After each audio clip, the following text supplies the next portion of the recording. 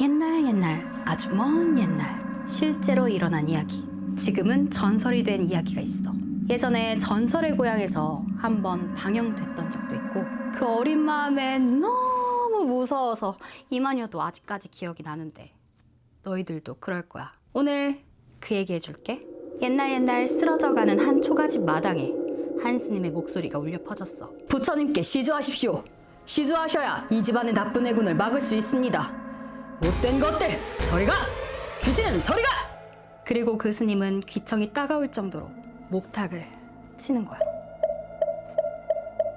그때 다 쓰러져가는 초가집에 사는 젊은 안악이 밖으로 나오더니 스님, 저희 집은 보시다시피 언제 허물어질지 모릅니다.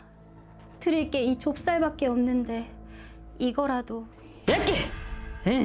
이런 젊은 양반이 어디서 거짓말을 쳐?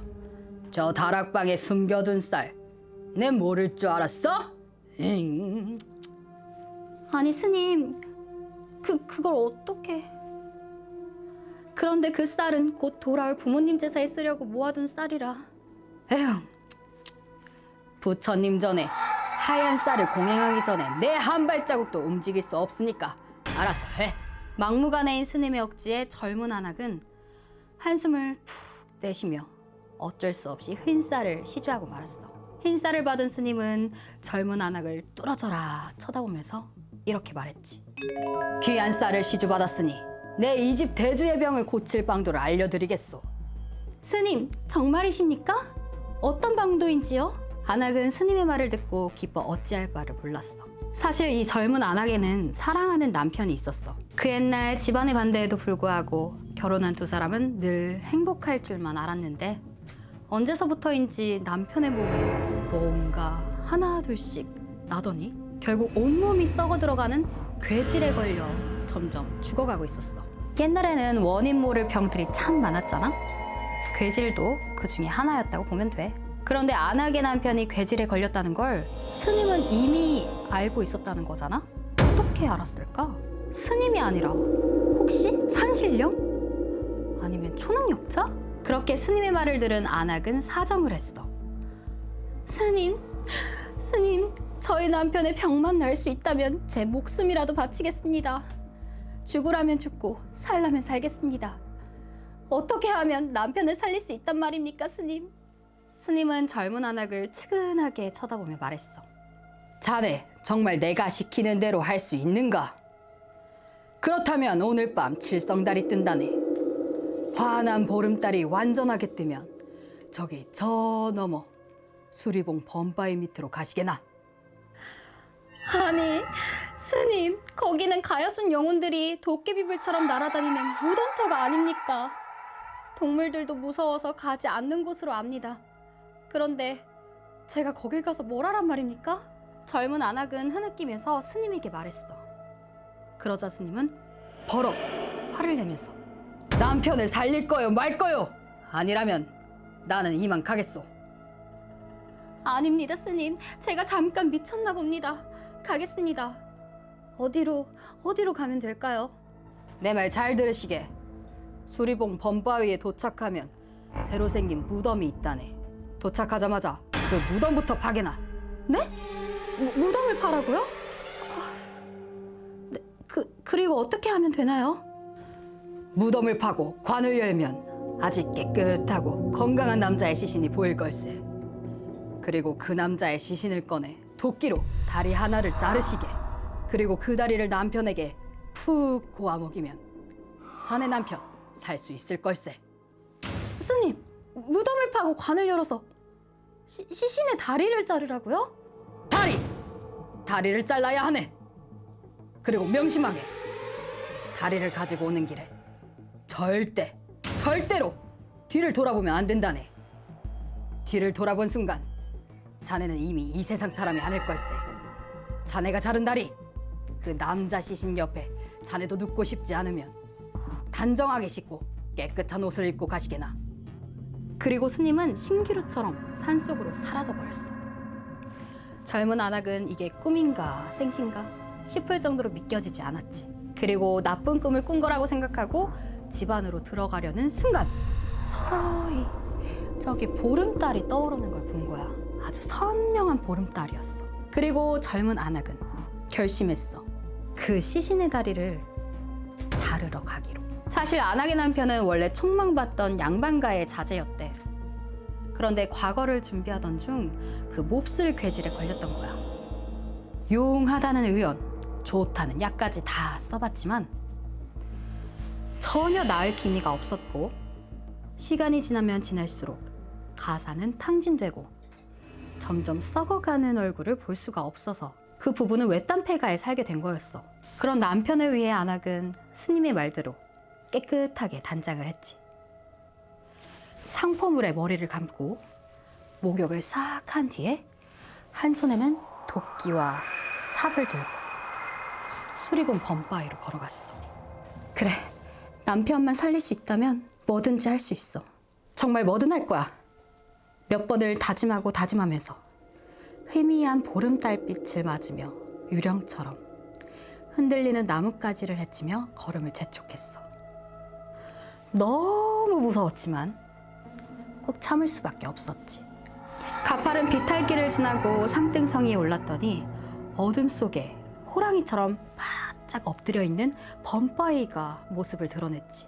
음침한 어둠과 함께 을씨년스런 피비린내가 코끝을 찔렀어.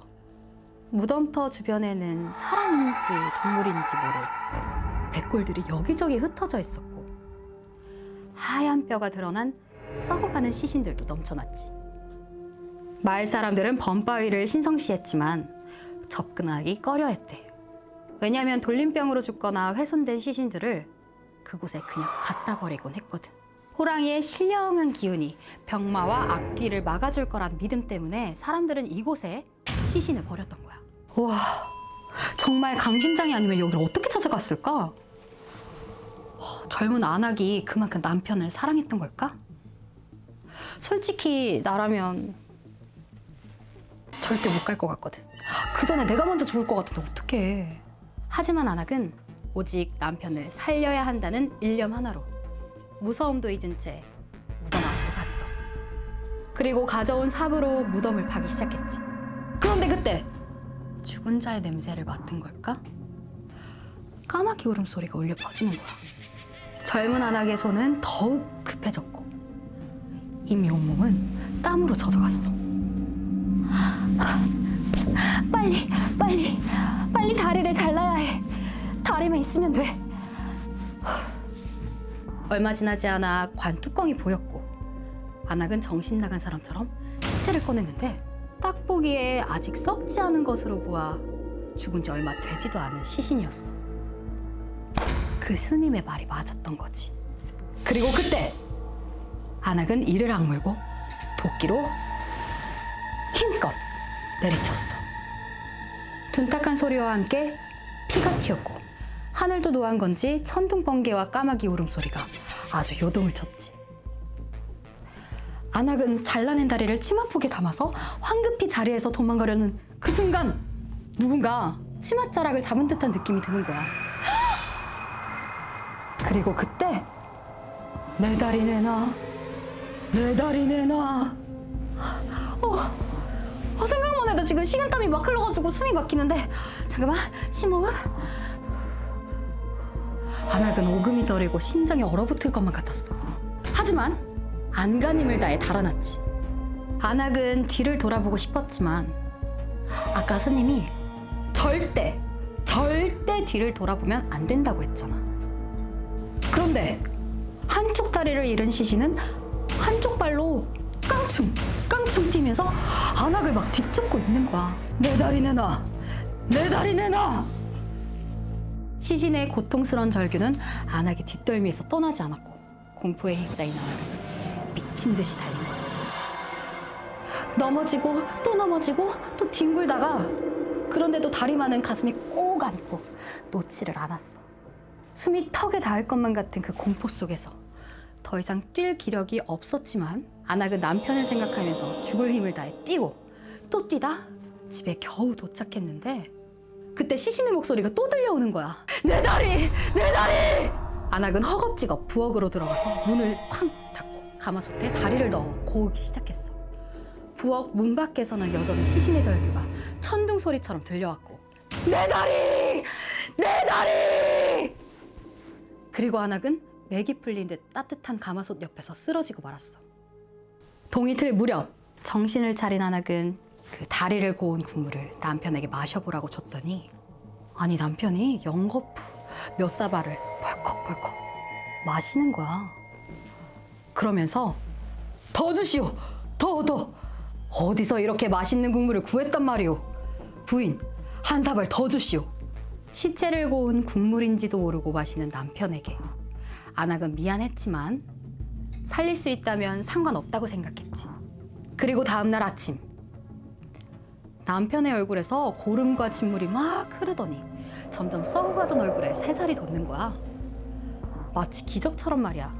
날이 밝자 두 사람은 산에서 내려온 그 시신을 양지 바른 곳에 묻어두려고 나갔더니, 아니 시신은 온데간데 없고 그곳엔 다리 하나가 잘려나간 동자삼이 누워있던 거야. 이 동자삼은 천년 묵은 산삼으로 알려져 있는데 그 두 부부는 한쪽 다리가 없는 동자삼을 팔아 부자가 되었다는 얘기도 있어. 옛날 설화라 사실 확인할 바는 없어. 이 동자삼은 부모의 병을 낫게 하기 위해서 어린 자식을 삶아 바쳤는데, 알고 보니 동자삼이었다는 내용의 효행설화에도 등장하는데, 이 두 설화의 공통점 다들 눈치챘지?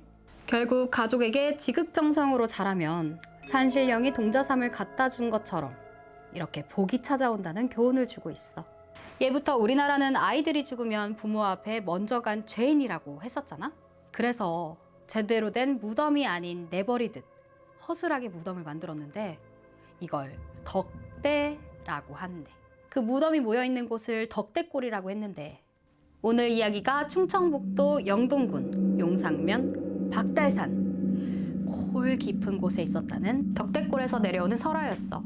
얘들아, 너희들 다리 잘 있지? 구독 눌러. 좋아요도. 안 그럼 찾아간다.